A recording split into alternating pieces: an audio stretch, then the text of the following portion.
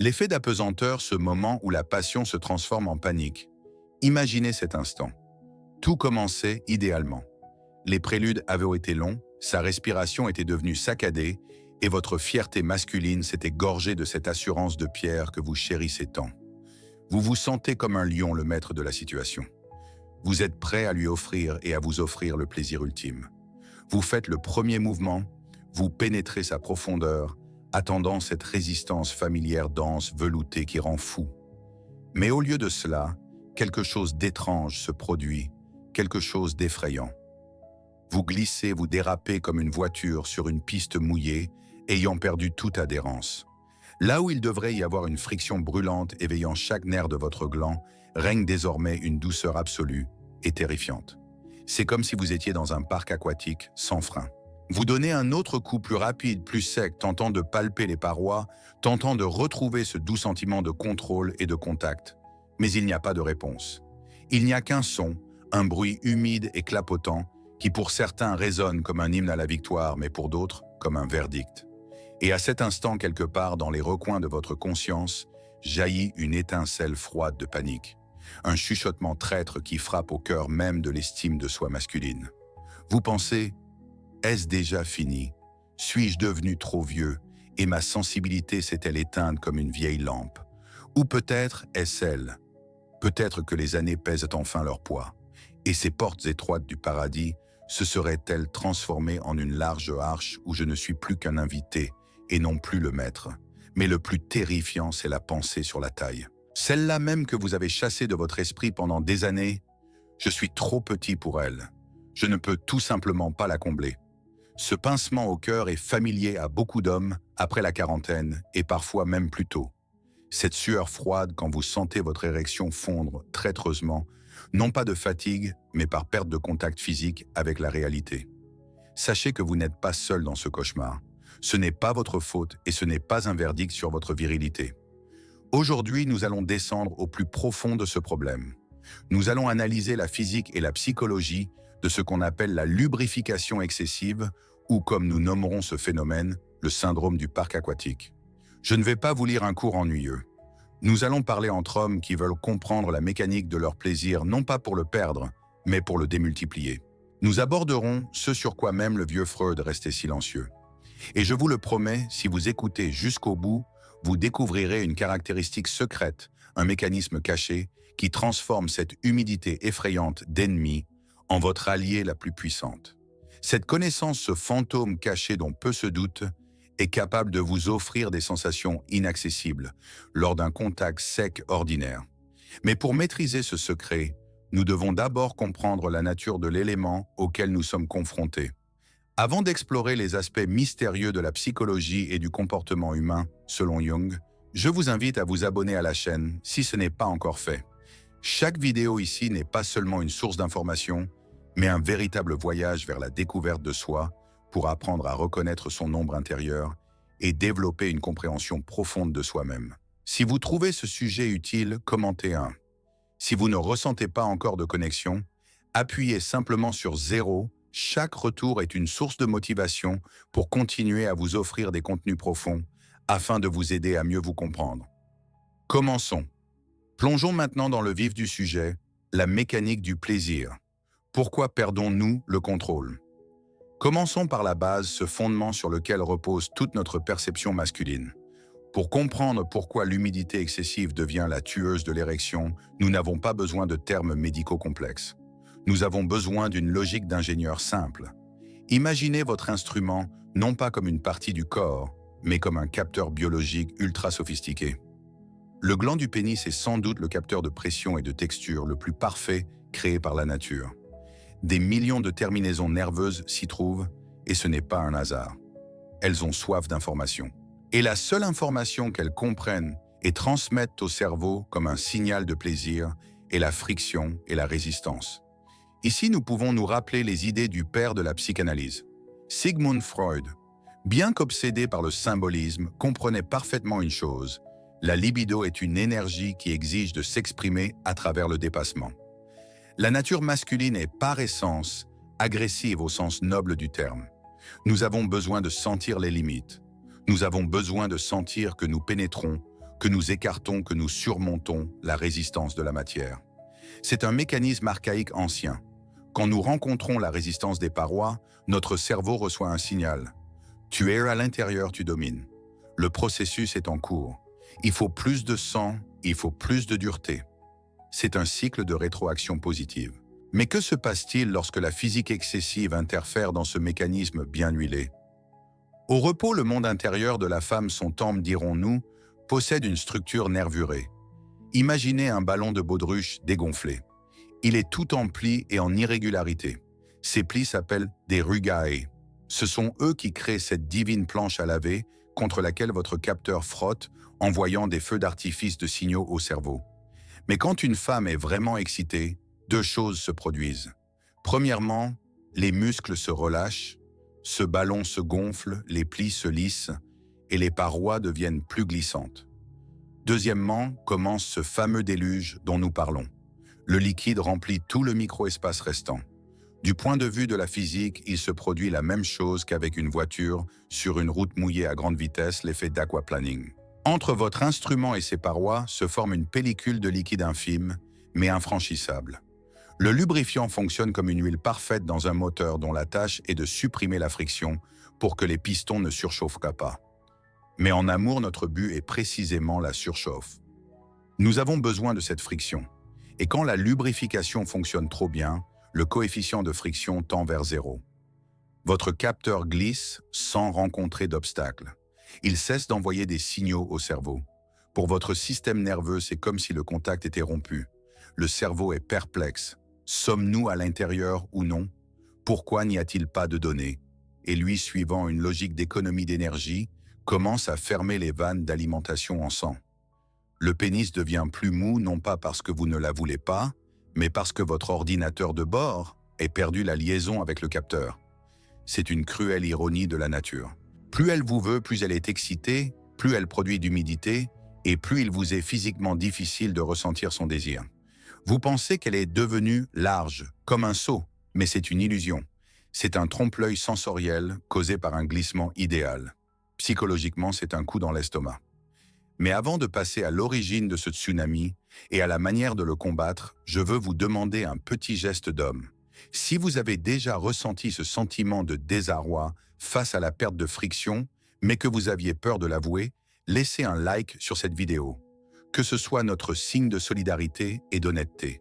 Et si vous voulez comprendre comment transformer ce glissement en votre avantage, n'oubliez pas de vous abonner. Nous ne faisons que commencer l'analyse. L'anatomie du déluge. D'où vient toute cette eau? Beaucoup d'hommes pensent à tort que la lubrification féminine est quelque chose d'uniforme, juste un peu d'eau qui apparaît en un claquement de doigts. Et que s'il y en a trop, c'est que quelque chose ne va pas chez la femme ou qu'elle a un passé trop tumultueux. Brisons ce mythe une fois pour toutes. En réalité, ce que vous appelez le syndrome du parc aquatique est l'œuvre d'un orchestre hydraulique complexe. Quand une femme est en bonne santé et au sommet de l'excitation, 4 sources d'humidité travaillent simultanément. Comprendre ce processus est la première étape pour cesser de vous blâmer. La première source la plus puissante est le transsudat. Cela sonne scientifique, mais c'est en fait de la pure magie biologique. Les parois vaginales sont parcourues par un réseau dense de vaisseaux sanguins. Quand la femme est excitée, le sang afflue vers le bassin, la pression dans ces vaisseaux monte et la partie liquide du sang, le plasma, commence littéralement à suinter à travers les parois des vaisseaux et la muqueuse apparaissant à la surface comme des gouttes de rosée sur l'herbe du matin. Sauf que cette rosée devient si abondante qu'elle se transforme en ruisseau. C'est la source principale de cette fameuse humidité profonde qui peut désorienter. Ce ne sont pas des sécrétions glandulaires, c'est le sang lui-même filtré par la passion. Le deuxième acteur de cet orchestre sont les glandes de Bartholin.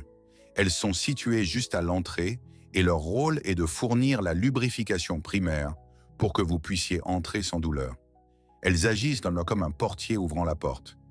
Mais si les préludes ont été longs, ce portier peut faire du zèle inondant l'entrée avant même que vous ne commenciez l'action principale. La troisième source est le col de l'utérus. Et ici, le calendrier entre en jeu. À certains jours du cycle, quand la nature crie le besoin de reproduction, le col sécrète un mucus spécial très liquide et glissant dont la tâche est d'aider les spermatozoïdes à glisser à l'intérieur comme sur une autoroute. Si vous tombez sur cette période, préparez-vous à une véritable patinoire. Enfin, le quatrième élément le plus mystique, les glandes de Skene ou la prostate féminine. C'est la source de ce qu'on appelle dans les films pour adultes l'éjaculation féminine. Lors de la stimulation de certaines zones, il peut se produire une expulsion soudaine et massive de liquide dont la composition chimique diffère de la lubrification habituelle. Et si ces 4 facteurs se rejoignent en un point du temps et de l'espace, vous obtenez l'effet tsunami. Vous vous retrouvez dans un environnement où la friction devient un souvenir presque impossible. Mais cela signifie-t-il que tout est perdu? Absolument pas. La nature ne fait pas d'erreur. Et ce qui vous semble être un bug du système est en réalité sa fonctionnalité cachée. C'est juste que le manuel d'utilisation de cette fonction a été oublié à notre naissance. D'ailleurs, concernant la nature de la perception, il est très intéressant de savoir comment vous réagissez à cet excès d'humidité, non pas physiquement mais émotionnellement. Car pour l'un, le son d'un rapport humide est une musique, et pour l'autre, c'est le bruit de la défaite. Alors que nous passons à la psychologie de Carl Jung et aux archétypes, écrivez dans les commentaires un seul mot visuel, si l'image est importante pour vous, ou kinesthésique, si pour vous le roi est la sensation de friction. Voyons qui nous sommes et comment cela influence notre force masculine au lit. Conflit de perception, archétype de Carl Jung et dominance sonore. Maintenant que nous avons compris la biologie et que ce flux n'est pas une pathologie mais une norme, jetons un œil dans les coins sombres de la psyché masculine. Pourquoi pour un homme le bruit clapotant du coït est une symphonie de victoire, alors que pour un autre c'est comme le crissement du polystyrène sur une vitre tuant tout désir? Ici, Carl Jung et son concept des archétypes nous viennent en aide. Mais nous n'allons pas nous perdre dans les méandres de la philosophie. Nous ne prendrons que ce qui fonctionne dans la chambre à coucher. Tout dépend du canal de perception qui domine chez vous et de l'archétype qui s'éveille au moment de l'intimité. Dans le monde des instincts masculins, il existe 2 types de réactions à ce qu'on appelle la passion brute. Le premier type d'homme regroupe les visuels et les auditifs, chez qui l'archétype du chasseur primitif est fort. Pour un tel homme, le son d'un impact humide, ce rythme clapotant caractéristique, agit comme un puissant aphrodisiaque. Pourquoi? Parce qu'au niveau subconscient, ce son est décodé comme un signal de possession totale. Le son lui dit « Regarde comme elle coule pour toi. Tu lui as fait perdre le contrôle. Tu l'as tellement comblée qu'elle déborde. » Pour cet homme, une femme mouillée est un trophée. Le son nourrit son ego, confirmant son statut de mâle alpha. Il ne se concentre pas sur la perte de friction, car son excitation se construit sur le son et l'image. Il entend ce bruit humide et pense « Oui, je fais ça bien ». Mais il y a le second type auquel vous appartenez probablement si vous regardez cette vidéo avec de l'inquiétude au cœur. Ce sont les kinesthésiques des hommes, pour qui le monde n'existe qu'à travers le toucher. Pour le kinesthésique, la réalité est ce qu'il ressent sur sa peau. Et ici intervient ce que Carl Jung appelait l'ombre, la partie cachée et refoulée de la personnalité. Quand le kinesthésique entend ce son, son cerveau ne le perçoit pas comme une victoire, il le perçoit comme un signal d'accident. L'humidité est pour lui une barrière, un mur qui le sépare de la sensation de sa partenaire. Le son devient un déclencheur d'anxiété. C'est trop glissant, je perds le contrôle, je ne sens plus les limites. Au lieu d'être excité par la saleté animale de ce qui se passe, il essaie de rester propre et sec. Il essaie de maintenir une structure là où commence le chaos. Le problème ne vient pas du son ni de l'humidité, il vient d'un conflit d'attente.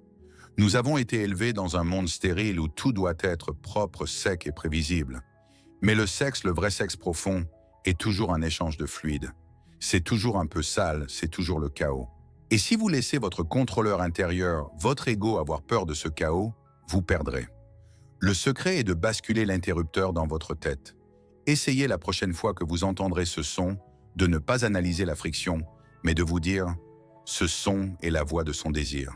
Ce n'est pas de l'huile qui gêne le piston, ce sont les applaudissements à mon savoir-faire. » Déplacer le focus de l'attention du pénis vers les oreilles peut sauver votre érection plus vite que n'importe quelle pilule.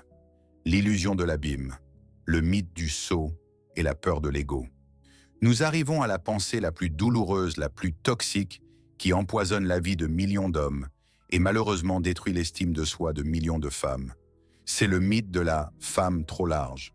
Dès qu'un homme sent qu'il tombe dans le vide, dès que la friction disparaît, son ego hésitant commence à chercher des coupables. Et le chemin le plus facile est de l'accuser elle. Une pensée qui ronge le cerveau comme un ver. Elle est trop large là-bas. Elle a dû avoir trop de partenaires avant moi. Ou les accouchements ont tout gâché. Ou je suis trop petit pour elle et mon instrument se balance là-dedans comme un crayon dans un verre. Détruisons ce délire une fois pour toutes grâce à l'anatomie et à la logique. Croyez-moi, cela sauvera plus d'une de vos nuits d'amour. Le temple féminin n'est pas une chaussure qui se détend avec le temps, et ce n'est pas un couloir qui garde la mémoire de tous ceux qui l'ont traversé. C'est un muscle, un tube musculaire élastique et puissant, entouré d'anneaux de musculature. Au repos, ses parois se touchent. Il n'y a pas d'espace vide, il n'y a pas de trou. Potentiellement, il est fermé hermétiquement. D'où vient alors cette sensation d'abîme? Retenez la formule que chaque homme devrait connaître. Excitation égale relaxation plus lubrification. Quand une femme vous veut vraiment à la folie, une réaction biologique profonde se produit. Les muscles du plancher pelvien, qui maintiennent habituellement le tonus, se relâchent pour vous accueillir le plus profondément et sans douleur possible. Les parois vaginales s'allongent et s'élargissent. C'est ce qu'on appelle la phase de tente de l'excitation. À cela s'ajoute ce fameux tsunami de lubrification dont nous avons parlé. Au final, vous obtenez un effet que votre cerveau interprète comme de la largeur. C'est un paradoxe qui fait exploser le cerveau. Plus elle vous aime, plus elle vous veut, plus elle devient large et mouillée. Et vous ressentant cela, pensez que quelque chose ne va pas chez elle.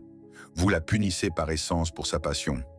Réfléchissez-y, une entrée sèche et étroite dans laquelle vous vous glissez avec peine, en sentant chaque relief est souvent le signe qu'elle n'est pas excitée, qu'elle est tendue à peur ou qu'elle est mal à l'aise. Oui, physiquement, cela peut vous plaire davantage à cause de la friction, mais psychologiquement, cela signifie que son corps vous résiste. Et cet abîme dans lequel vous vous noyez, ce sont des portes grandes ouvertes qui crient de la confiance et le désir. Comprenez-le, la sensation de vide n'est pas un diagnostic sur votre taille, ni un reproche sur son passé. C'est un compliment sur votre talent lors des préludes. Vous l'avez amené à un état où son corps a perdu ses barrières protectrices. Et au lieu d'avoir peur « oh, je ne la sens pas », vous devez apprendre à travailler dans ces nouvelles conditions. Cessez de mesurer votre virilité à la résistance du matériau. Vous ne vous plaignez pas quand une voiture roule de manière douce et fluide. Alors pourquoi vous plaindre du confort ici? Mais je sais qu'avec la seule philosophie, on ne garde pas un pénis dur. Nous avons besoin de pratique. Nous devons comprendre comment dans cet océan créer malgré tout une accroche. Dans le bloc suivant, nous analyserons la carte hormonale pour que vous sachiez quand attendre la tempête et quand attendre le calme et comment utiliser la boucle de rétroaction psychologique pour ne pas perdre la face. D'ailleurs, mes amis, ce sont justement ces analyses où nous appelons les choses par leur nom sans craindre les sujets tabous qui nous distinguent des autres. Si vous sentez que ce contenu change votre compréhension de vous-même et des femmes, la meilleure façon de dire merci et de ne pas manquer la prochaine révélation est de vous abonner à notre chaîne dès maintenant. Nous ne sommes pas là pour vous caresser dans le sens du poil, mais pour vous rendre plus fort. Abonnez-vous et continuons. Le calendrier des marées, navigation hormonale.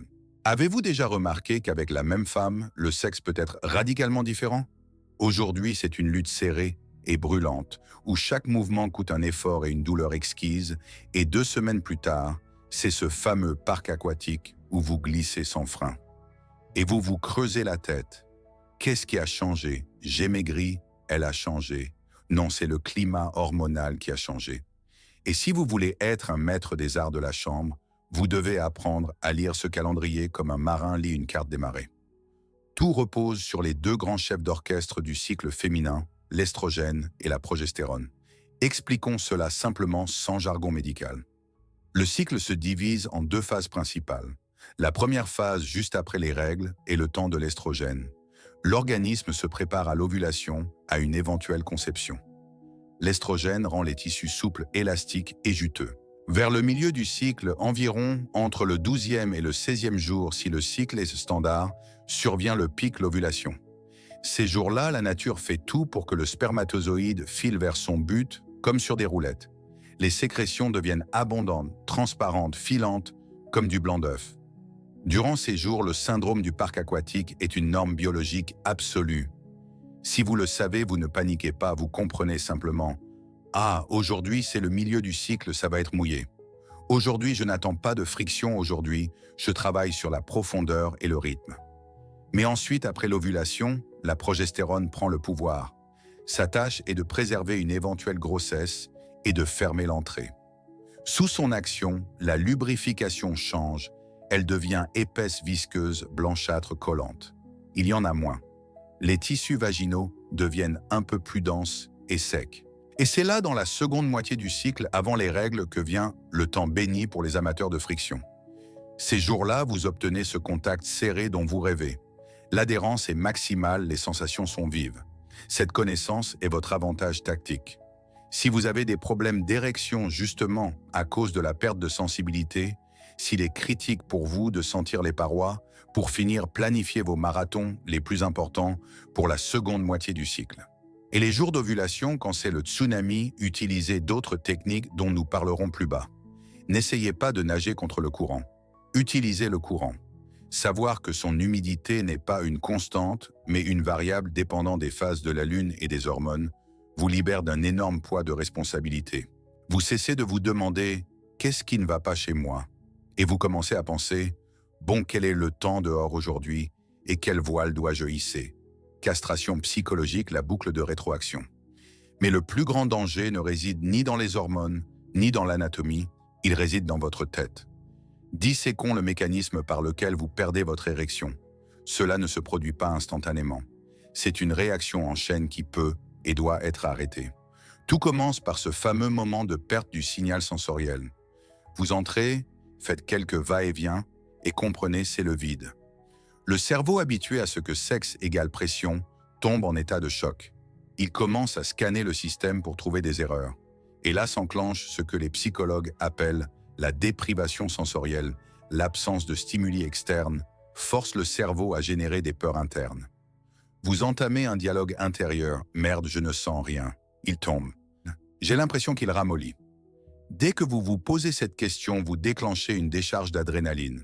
L'adrénaline est l'hormone du combat ou de la fuite. Elle est faite pour la bagarre, pas pour l'amour.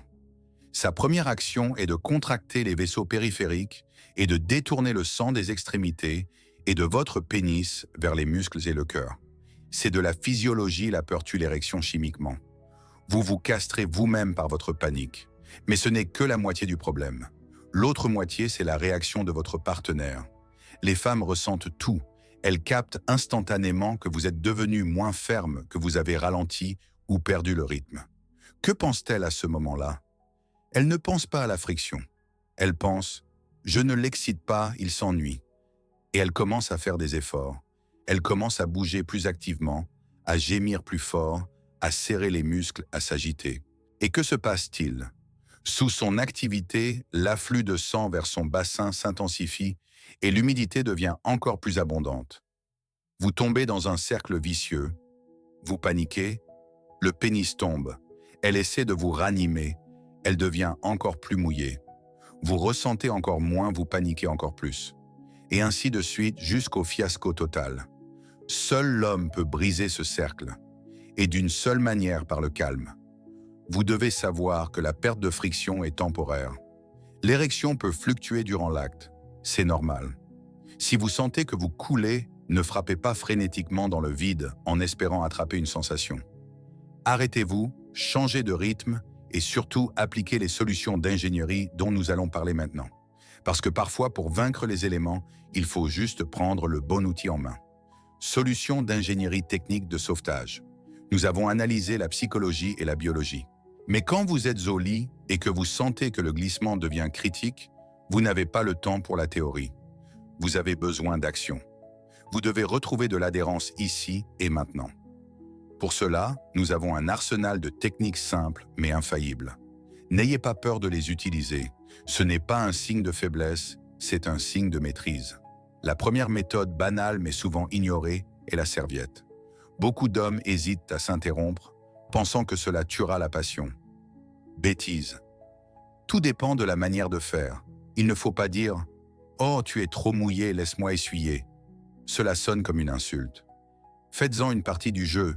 Dites « J'ai envie de te goûter ».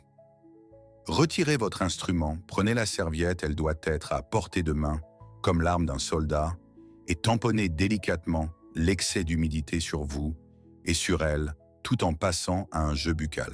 Vous faites d'une pierre deux coups, vous retirez le surplus de lubrifiant et vous donnez une pause à votre soldat pour que le sang revienne.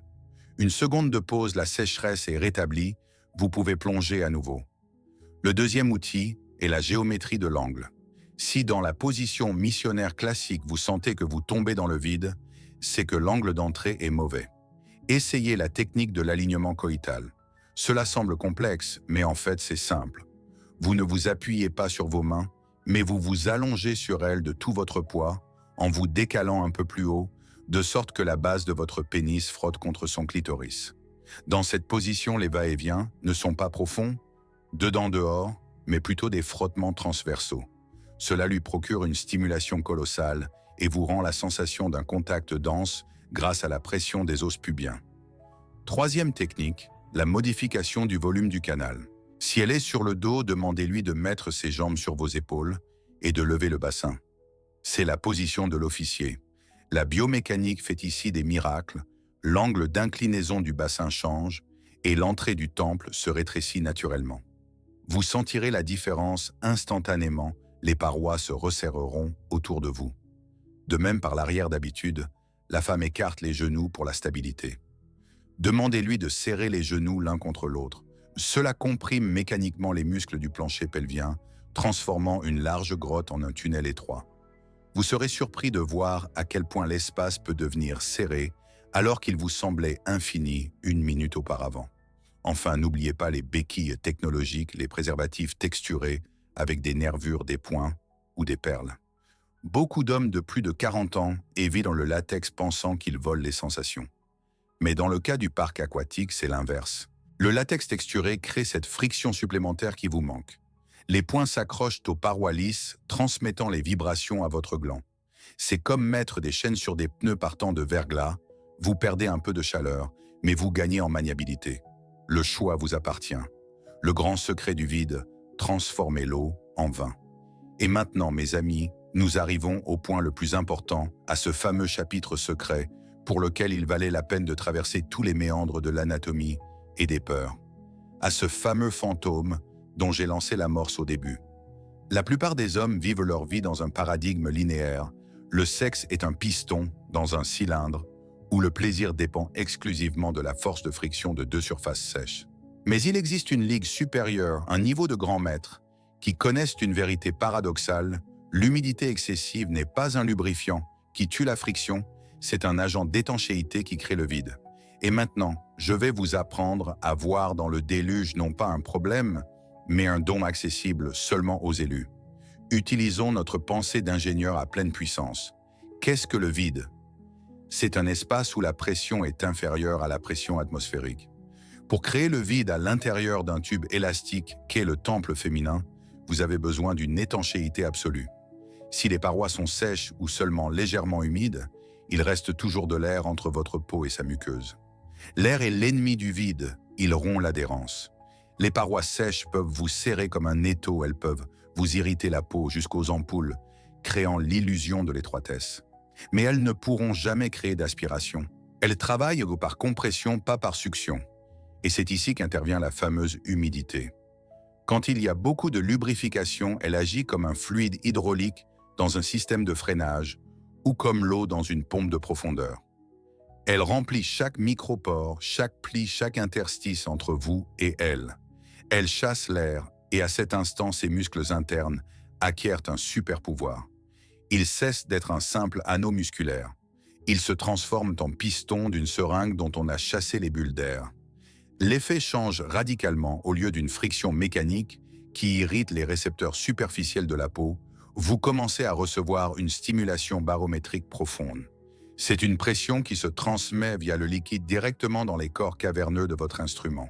Cette technique dans les traités orientaux s'appelait le baiser de la matrice. Et dans le monde moderne, on la connaît sous le nom de pompoir ou baiser de Singapour. Ne soyez pas effrayés par ces noms exotiques. L'essence est simple et elle est accessible à votre femme dès maintenant, si vous cessez de paniquer et commencez à diriger le processus. Comment cela fonctionne-t-il en pratique? Quand vous sentez que le glissement est à son maximum et que la friction habituelle a disparu, c'est le signal. N'accélérez pas. C'est l'erreur principale du débutant tenter de compenser la perte de sensibilité par la vitesse. Au contraire, arrêtez-vous complètement. Restez immobile au point le plus profond dans cet environnement humide. Dites-lui ou guidez-la par vos mouvements « serre-moi ». Mais pas seulement « serre », mais essaie de m'aspirer en toi, comme si elle buvait un cocktail avec une paille. La physique du processus est ici incroyable quand elle contracte les muscles du plancher pelvien dans un environnement abondamment lubrifié et fait un léger mouvement du diaphragme vers le haut et que vous, à cet instant, commencez très lentement, millimètre par millimètre, à sortir, il se crée un effet de ventouse, une pression négative. Vous sentirez sa profondeur littéralement collée à votre gland, refusant de le lâcher. C'est une sensation impossible à confondre. Ce n'est pas un frottement au papier de verre.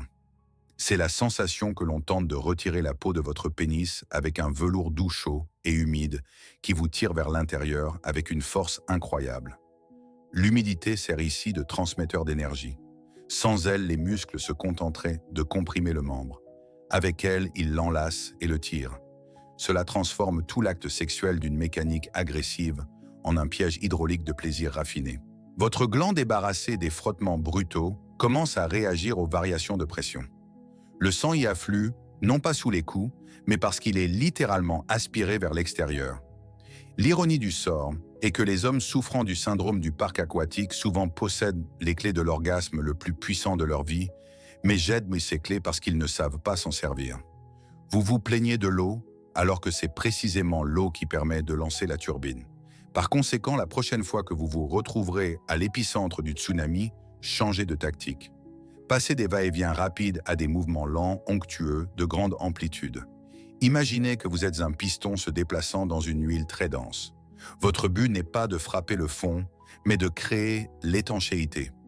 Demandez-lui de contracter les muscles précisément dans la phase où vous reculez vers la sortie. C'est ce mouvement en opposition, vous tirez vers l'extérieur, elle tire vers l'intérieur, ajouté à l'humidité qui maintient le vide, qui fait sauter les plombs du cerveau. Vous comprendrez que la largeur n'était qu'une illusion. En réalité, là en profondeur, travaille une pompe surpuissante qui n'attendait que vous cessiez de vous agiter pour lui donner le carburant de cette fameuse humidité que vous craignez tant. Épilogue. Le maître des éléments ou le vieux passeur. En concluant cette conversation franche, je veux m'adresser à votre pilier masculin. Pas celui qui est dans votre pantalon, mais celui qui est dans votre tête. L'âge de 40, 50, 60 ans est un cap dangereux. Mais il n'est pas dangereux parce que votre testostérone chute ou que vos vaisseaux s'usent. Il est dangereux parce que vous commencez à douter de votre droit à une passion animale et sauvage. Vous commencez à vous chercher des défauts. Je ne suis plus le même. Je ne ressens plus comme avant. Il est peut-être temps pour moi de prendre ma retraite. Et la confrontation avec le syndrome du parc aquatique, avec la perte de la friction habituelle, devient souvent le dernier clou dans le cercueil de votre estime de soi sexuelle. Vous abandonnez sans combattre, mais aujourd'hui nous avons arraché les masques de ces peurs. Nous avons vu que ce que vous considériez comme un ennemi n'est pas une malédiction de la vieillesse, ni un défaut de votre partenaire. C'est simplement un changement des règles du jeu. Imaginez un capitaine de navire. Quand il est jeune et inexpérimenté, il aime le calme plat. Il a besoin que la mer soit tranquille, compréhensible et prévisible. Mais le vieux loup de mer qui a parcouru des milliers de milles sait que la véritable puissance de l'élément se révèle dans la tempête. La profondeur et les vagues ne sont pas des obstacles, ce sont des opportunités de manœuvre inaccessibles en eau peu profonde. Votre femme, votre déluge est un océan.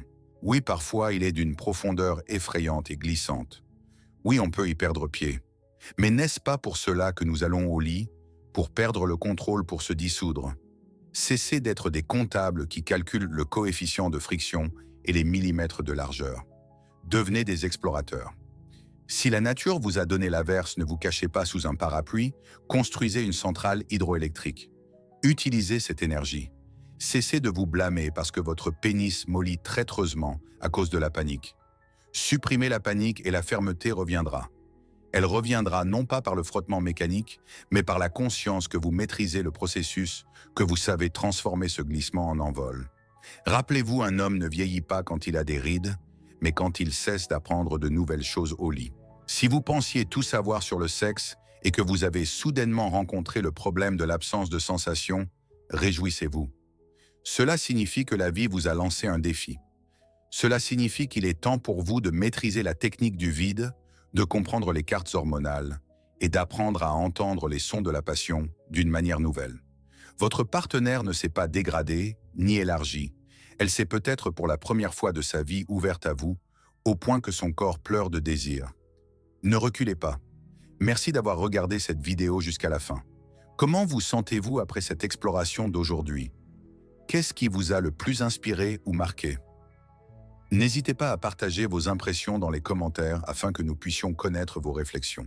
Et si cette vidéo vous offre une nouvelle perspective sur vous-même ou sur la psychologie humaine, n'oubliez pas de laisser un like et de vous abonner à la chaîne pour ne manquer aucune des prochaines explorations. Chaque soutien, chaque retour est une véritable source de motivation pour continuer à vous proposer des contenus profonds, fidèles à l'esprit de Carl Jung, afin de vous aider à mieux vous comprendre pas à pas. Merci et à très bientôt dans la prochaine vidéo.